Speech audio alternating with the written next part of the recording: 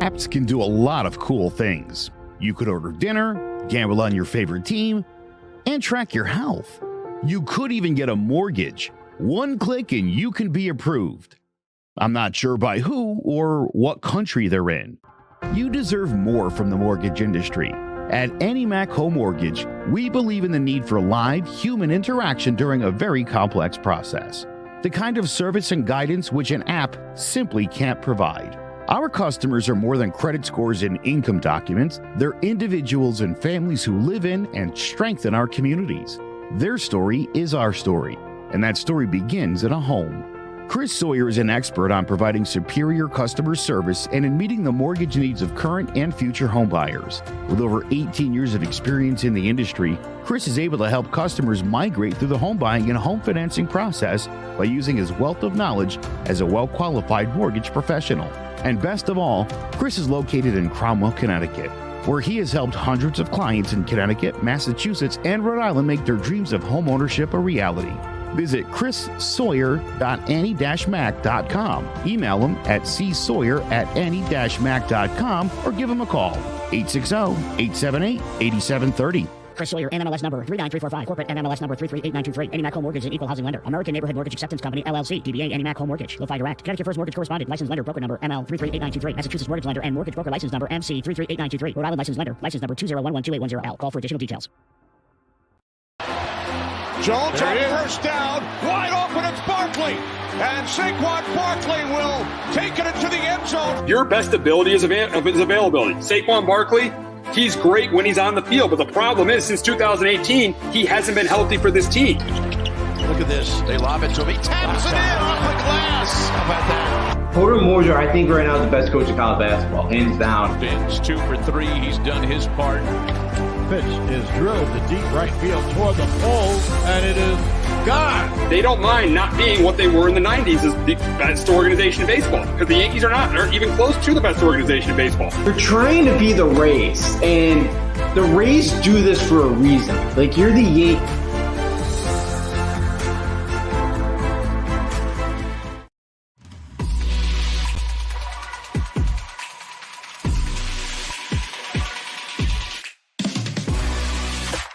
Sanderson looking in, zone for a pass. He's looking for King, intercepted. He's going to go down the right side. Lawrence down to the 20, 30, down to the 40. He might go all the way. 3rd down and 7. Good jump off the line by Strahan, who gets the sack. Pressure from Thomas off the edge. Eli Manning stays on his feet, airs it out down the field. It is caught by Tyree. 4-man rush. Eli throwing into traffic on the sideline. They're going to rule it a catch by Manning.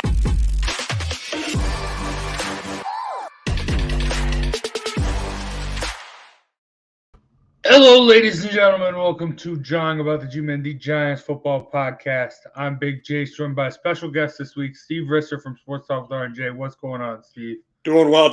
Happy to be on. Heck yeah, thanks for joining us today. Joining me today. I know it's been 2 weeks since we did our last show.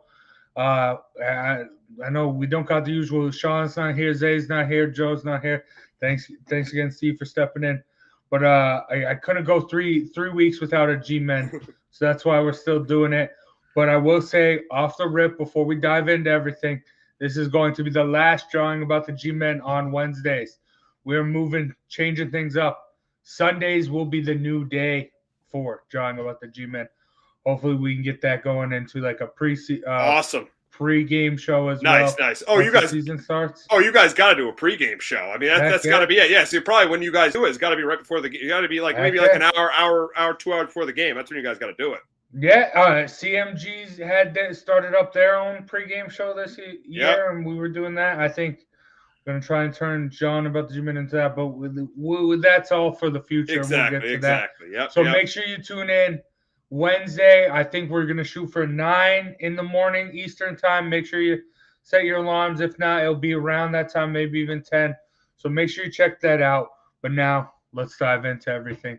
Starting off, we got the draft coming up, but let's take a little bit of a look back on the rest of the offseason and who has been the biggest winners and losers this offseason. Let's start off with the winners. What team got the the best this offseason, Steve?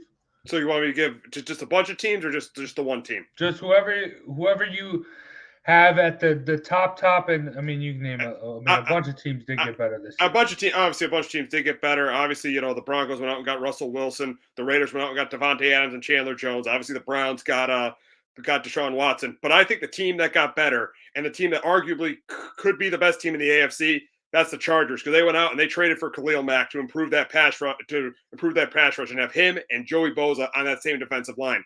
And they also went out and signed J.C. Jackson to play corner. So that defense right now, that defense was average last year. I think that's a top 10 defense, a really good pass. That's a really good pass defense. And then you obviously have Justin Herbert and you have a great offense. So I think the Chargers are the team that was the winner of the offseason. Yeah, I think the whole AFC West besides the Chiefs are in this category. Everyone's talking about them. I mean, I've spoke. I even went on your show last week and talked about the Raiders. I've been talking about the Raiders ever since this offseason's really started. I'm not going to talk about the Raiders because it's the AFC West. It's all you can pick any three of those teams: the Chargers, the Raiders, the Broncos, and it wouldn't be a wrong answer. But for me, my honest number one team that got the most better, I would say the Raiders. But a team I'm going to talk about right now, the Browns. One of the best rosters in football. The only question mark was their quarterback, and they went out and they did what they had to do, and now they got a Deshaun Watson. They as far as not necessarily like the best on paper, like the best bolstering of their whole team, but the best like upgrade that the team needed the most was probably to the Browns getting Deshaun Watson. I know it's going to be weird a year after not playing. He was still part of the Houston. He still participated a little bit with the Houston Texans, so he's not a complete year out of competition. But I think that's going to be a struggle, but it doesn't matter. It's not going to be as bad of a struggle as continuing to try and make Baker Mayfield work. I think you talk about teams that I think they did everything right while other teams did a lot of stuff right all over the place. The Browns did that one thing they needed to do to really see how good this team is. Everything, Baker Mayfield has been that scapegoat. And while their defense wasn't as dominant as we thought it was going to be last year, we still put Baker Mayfield as that scapegoat. Now you don't have that. Their defense needs to be dominant, a dominant force. You're putting Deshaun Watson in a situation where he has all these weapons. This is a team that is going for broke this year, and I think they can make some big moves. So while number one for me, the team that I think got the most better this whole offseason has been the Raiders. But I mean, Browns is a team that, I mean, everyone was talking all about Deshaun Watson for like 2 weeks. That was big news, but it's kind of faded off. But let's not forget what's going on there. I know a lot of teams are talking about Baker Mayfield as well, but let's not forget the Browns. But all right, now let's talk about the teams that got worse. There's a few of them, but what team got the most worse to you? To me, it's the Atlanta Falcons. I think this team had the worst offseason. They were this close to getting Deshaun Watson, and then the fact they were flirting with Deshaun Watson, they had to pretty much trade Matt Ryan. Now, and they had to take on his cap hit, so they weren't able to do anything in free agency. Now they have Marcus Mariota as their starter with a really bad roster. I think the Atlanta Falcons are one of the worst teams in football, and I think they had the worst offseason of anyone. Yeah, I get that with the Falcons, but I think even if they brought Deshaun Watson in, that would be like, I mean, it's a topic we've talked about all season about this show, is that Deshaun Watson trade. Like if the Giants made it, it would just be trying to put like a Band-Aid over like a gaping hole. It wouldn't work. I think that would have been the same situation with the Falcons. So while they got worse a lot, I think really they actually it is going to sound weird to say, but I think they got better from getting worse, because keeping a guy like Matt Ryan around trying to hope that he can rekindle that MVP type season. I think now they're full on this is rebuild time. They're fully committing to it. So I think they got better while getting worse, but they obviously did get worse. For me, I think the way I love that I get to say this, but the way the division's been the past for a while now, and just how it's called the NFC least, but it's a tough division because no one can ever really pull away from it while they are playing bad football. But I got the Cowboys. Randy Gregory, Amari Cooper. I mean, you've talked a lot about your show how Amari Cooper is like Dak's safety blanket. So I think losing a guy like that, losing a guy like Randy Gregory to the Broncos, I think in a division where everything is so up and down all the time. And now, I mean, you talk about that division is really indicated on how you finish the year prior, how you're going to finish this year. Because now they're going to be playing the number 1 seeds from last year, the number 1 teams in each division from last year, and they're going to struggle because they got worse. And I think while they didn't necessarily get the most worse, I think it's going to have the biggest effect on them come the next season because you're going to be playing the top teams from those divisions. So I think a team like the Cowboys, another team, the Packers, I know you brought back Aaron Rodgers, but I mean, to think Aaron Rodgers is coming back and then you lose Davante Adams. Aaron Rodgers has been complaining about his receivers the whole time. That's why there was all this turmoil in Green Bay. Now you lost your best guy, so that should be interesting. I think there's a lot of teams that got worse. Oh, yeah. And a lot of teams that got better. I think it's very, very interesting to see, even like the defending champs like the Rams losing a guy like Von Miller. That's not too big, but they just didn't have enough cap space. I mean, they're still I have them still as the favorite to win the NFC. And even talking about other teams that got one team that a lot of people haven't really discussed that got worse this offseason, that's the Patriots. The Patriots definitely got worse, in my opinion. You look at what some of the teams in the AFC teams that they were better than last year did. You saw the Chargers. Obviously, I mentioned the Chargers. You saw the Broncos go out and get Wilson. You saw the Raiders obviously go out and get Adams and Chandler Jones. The Browns, Deshaun Watson. The Colts, Matt Ryan and Stephon Gilmore. The Patriots, outside of trading for DeVante Parker, they did absolutely nothing this offseason. And then you look at their counterpart, the Miami Dolphins. They went out and traded for Tyreek Hill. So the Patriots did not do, outside of trading for DeVante Parker, they did absolutely nothing this offseason. They're trying to help. They're trying to, they have a young QB, and they really didn't put a ton of weapons around Mac Jones going into his second year. So there's definitely concern there. Yeah, and I love that you brought up the Patriots because this reminds me a lot like a team I was very, very right about last year in the Seahawks. They got to the playoffs. They have all this hope. But all these teams around you are getting better, and you're either just staying the same, maybe with the DeVante Parker a smidge better, but all these teams are getting better around you, and you're more or less staying the same. I don't think that's going to do well. And talk about another team that got worse, the Seahawks. They chose Pete Carroll over Russell Wilson. I mean, Pete Carroll was great. Yeah, you want to put the whole team when the Seahawks were at their best. It wasn't because of Pete Carroll. It's because of how good that defense was and because of Russell Wilson. Pete Carroll just happened to be there. And you talk about they also had one of the best running backs in the history of the league in Marshawn Lynch. So it was a perfect storm. So I think Pete Carroll, when you're like trying to go and get like Baker Mayfield to be your quarterback, something's wrong there. Exactly. So I think that's another team that got worse. But, I mean, we wouldn't be a Giants podcast if we didn't ask where the Giants fell on this list from getting better to worse this offseason. I know the draft's going to be very, very big, and we'll talk about the draft here in a little bit. But as of right now, before the draft, Steve, where did the Giants fall on getting better or getting worse this offseason? I don't think obviously it can get any worse than what it was for the Giants last year.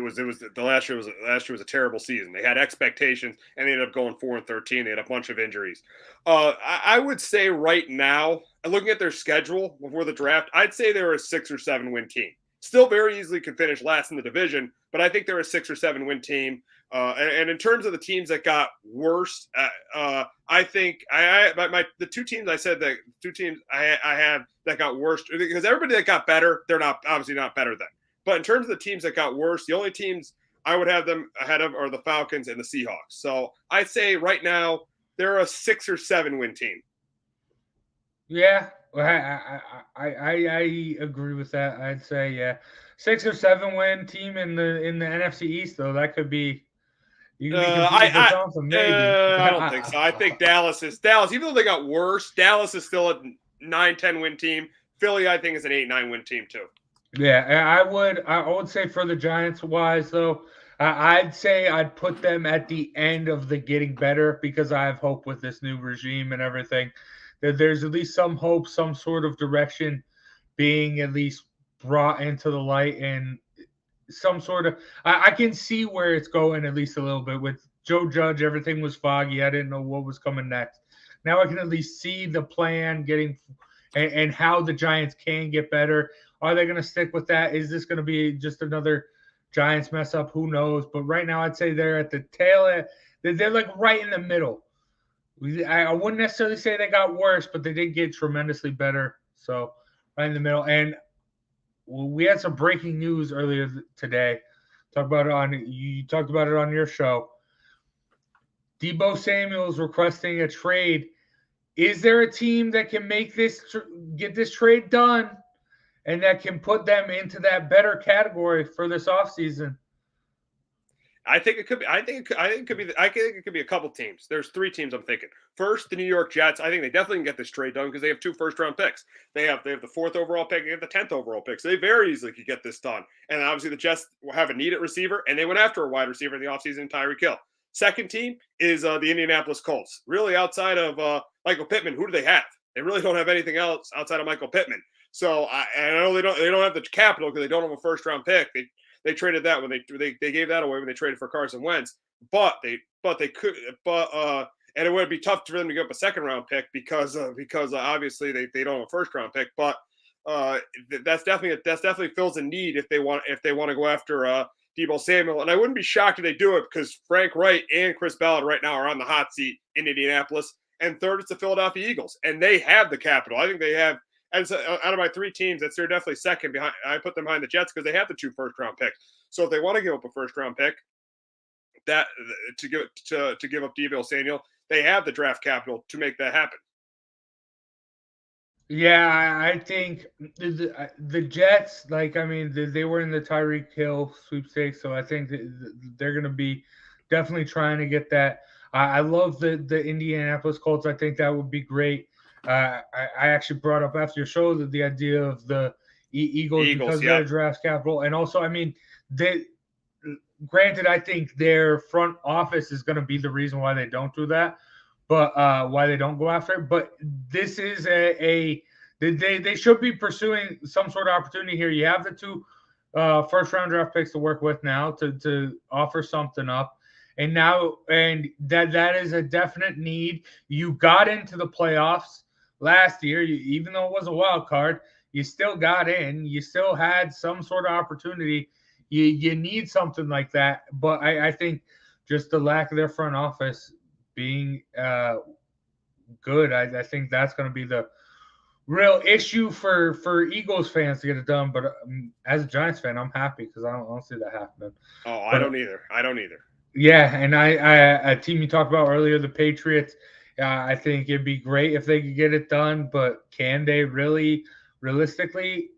Probably not, but maybe. Who knows? So, but I'm intrigued. I know that the 49ers and Deebo Samuel have had been bumping heads here for a little bit. But who knows? This might even just be like a business tactic for him to get a better contract. Who knows? It might just all be a smoke and mirror show, but I don't know. I'm excited though because we saw what he could do last year. He was a beast. Running so versatile. Run the ball, catching the ball, so versatile. Yeah.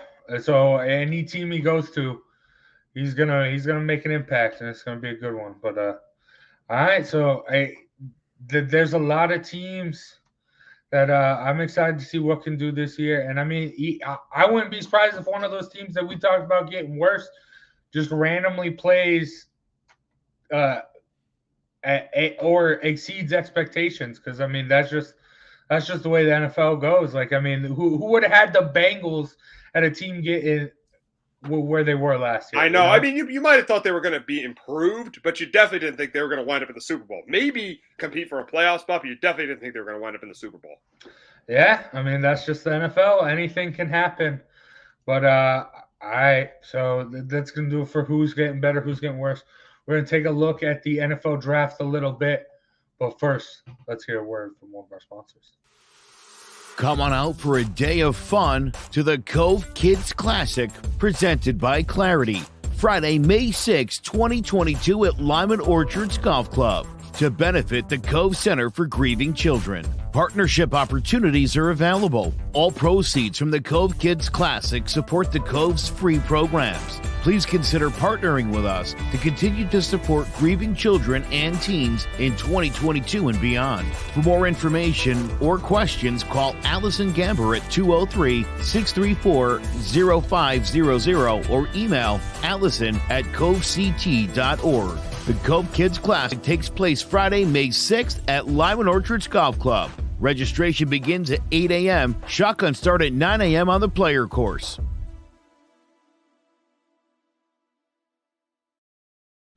Make sure you come check that out. May 6th, Lyman Orchards Golf Course, Cove Kids Class. Goes to a great charity. Cove Counseling for Grieving Children. Should check that out. And Joe's been talking ever since we started promoting this about the prizes and that stuff. So make sure you check it out. You don't want to tease something about going to Yankee Stadium or something. So that was just a tease, and it's talking a lot about these prizes. So make sure you're going to want to be there. But so Cove Kids Classic, May 6th. Be there or be square. Now let's talk a little bit about the NFL draft. It's coming up a week and a day from right now. That's when it's going to be. First names are going to get called. And this is the most uncertain in a while we've had with the NFL draft. We don't necessarily know. There's no real front runner at number one, or even we don't know how the first couple picks are going to shake up.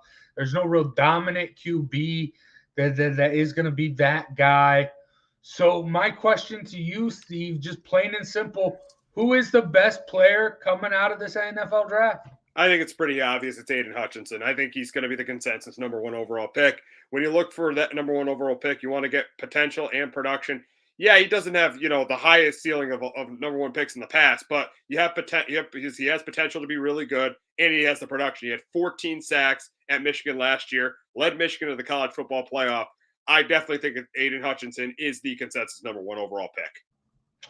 Yeah, I'm with you with Aiden Hutchinson. I think really the big thing that puts him, because there are some great edge rushers. You got the Thibodeaux, I don't even want to butcher this guy's name, Kasomphanis from Purdue. The guy from Purdue, yeah. Yeah, he's a beast. You got these good, but with Aiden Hutchinson, to me,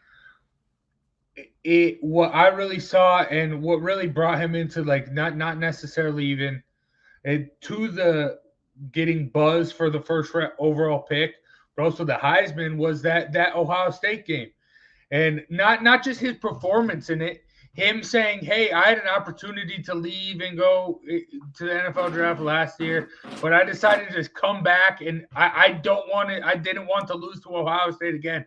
He made it his goal to have something like that and be a leader on a team like Michigan. I think that is everything you ask for in a number one overall pick and someone you want to change your whole franchise around. So I think it's going to be great. Another guy that not getting as much buzz, obviously he's a lineman. I think Evan Neal.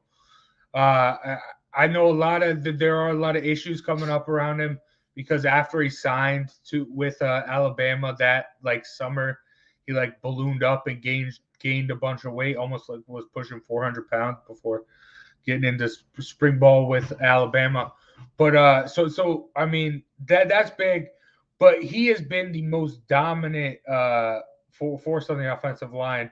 Really, I mean, everyone talked about Leatherwood last year as being that guy for Alabama. It wasn't. It was Evan Neal. And, I mean, we saw draft night how everyone was complaining how much of a reach John Gruden and Mike Mayock did for Alex Leatherwood. Evan Neal's been the best offensive lineman on the best offensive line the past, 2-3 seasons 2-3 years. in college football. So, yeah, I think that's a guy – he's kind of like shaky. He's kind of going up and down. I think it is because of the weight questions, but I think that's another guy who deserves to be at the top of this draft board and deserves some consideration for number 1 overall. But we'll see. I'm excited. Next week's going to be Sunday is going to be our mock draft, so that should be fun. But I mean, transitioning from just the best player. Steve, who is the best? I mean, it's not a great quarterback, but is Malik Willis your top quarterback in this draft? I think so. I think he has all the tools. He's got the arm. He's got the mobility. I mean, I don't mind Pickett, but I think his hand size could be an issue. Ritter, what is his upside? Corral, he's coming off that ankle. He's coming off that. It was an ankle injury, right? He's coming off that ankle injury for Ole Miss. Yeah. So I'd say the best quarterback. I would go with the quarterback I would take first is Malik Willis. In the game today, it's about mobile quarterbacks. If you could be mobile, you could run the zone read, the read option. You can get away from the pass rush. I think that's really, really useful today. So I like Malik Willis. Yeah, I think the only reason I have Malik Willis, I think really all these guys are interchangeable when it comes down to like leading a team. To be honest with you, I don't necessarily anyone being that. There's a reason there isn't a quarterback being talked about being number 1 overall. It's just because it isn't that strong. And we've talked about this for a while now. But you want to talk about like just raw athleticism, raw talent. Yeah, that's why Malik Willis has to be at the top there. If you want a guy to come in and I think out of all the quarterbacks in this draft class, if you want a guy to come in and start day 1, he'll probably have the best production because of his athleticism and his ability to just make stuff happen. But I do think the guys like the Kenny Pickett's. I like Desmond Ridder a lot. I've always been a Cincy guy. I think you talk about mobility. He had one of the fastest 40 times of quarterbacks. So I think, and he was able to use his legs at Cincinnati. I think he's a guy that might find a spot being like kind of, I don't want to say Lamar Jackson, but kind of like that.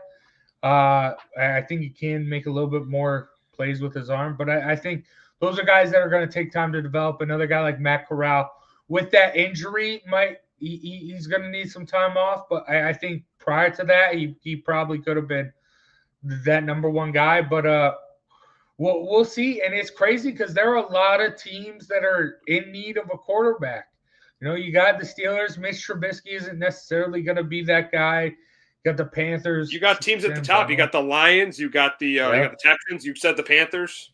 Yeah, I mean, you got these teams, but you can wait till probably the second round and probably get your guy.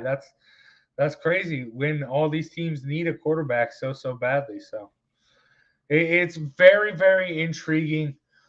But I mean, wouldn't be a Giants show if I didn't bring this up.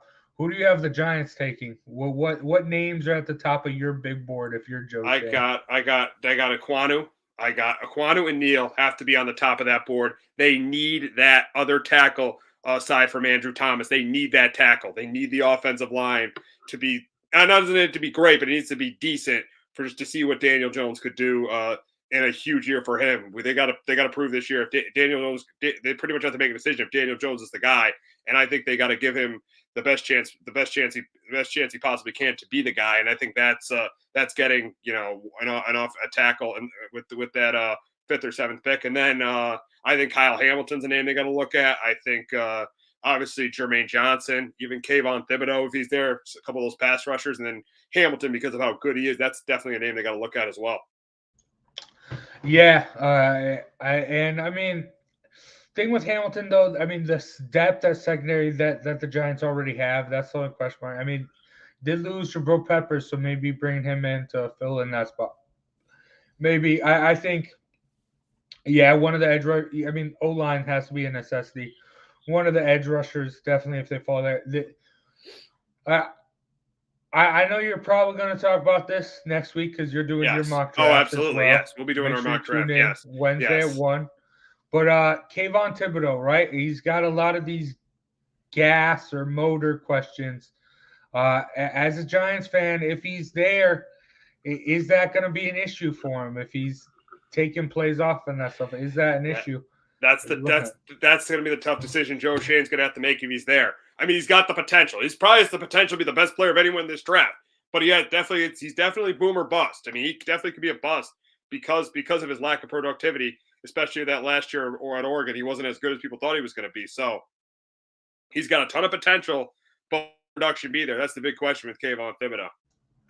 Yeah, I think I can see him saying, "Hey, I know I'm going to be a top draft pick." Not necessarily.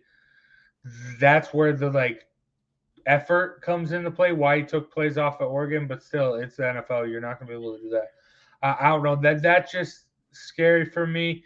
So that's where a guy like Hamilton, I think, instead of an edge rusher there, I know it's a need, but I think Ojulari and Roche, I think both those guys are young and they can develop into something. So if you're starting to question, if you got these big questions on a guy like Thibodeau, I can see why you look past that. I know a lot of people are also talking about wide receivers and that stuff. That's wild. I don't think that's going to happen.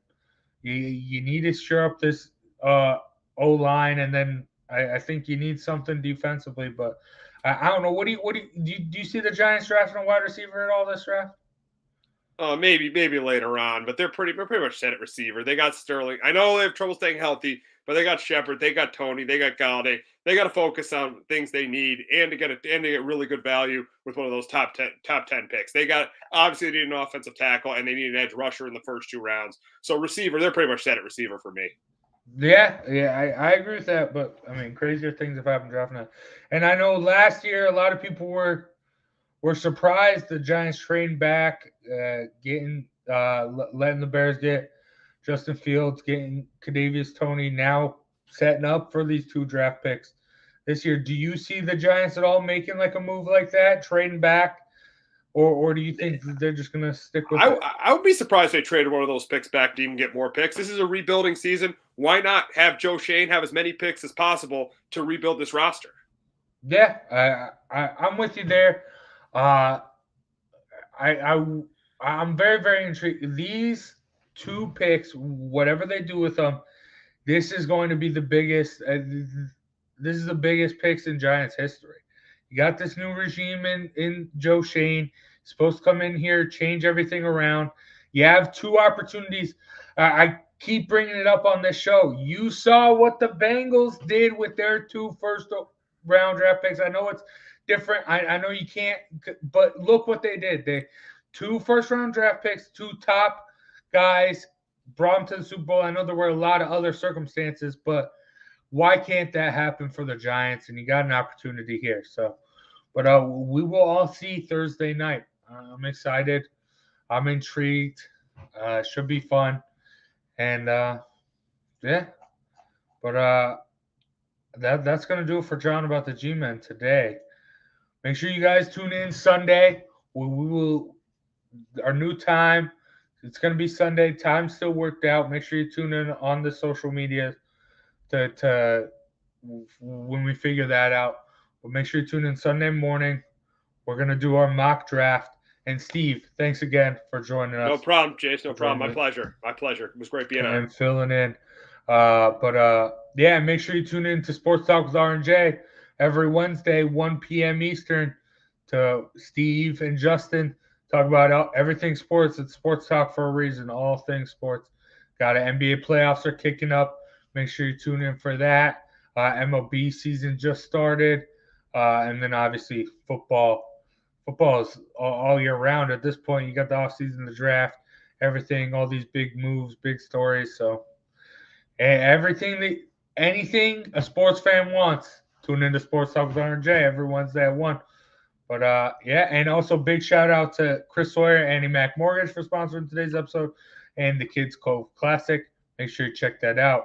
But for myself, Big Jace, and Steve Risser, that's going to do it for John About the G-Men. And we will see you Sunday for even more John About the G-Men. Take care, everyone. And see you then. Bye-bye.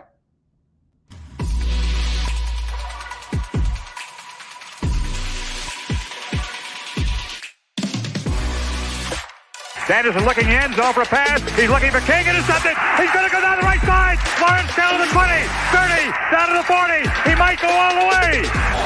3rd down and 7. Good jump off the line by Strahan, who gets the sack. Pressure from Thomas off the edge. Eli Manning stays on his feet. Airs it out down the field. It is caught by Tyree. 4-man rush. Eli throwing into traffic on the sideline. They're going to rule it a catch by Manning.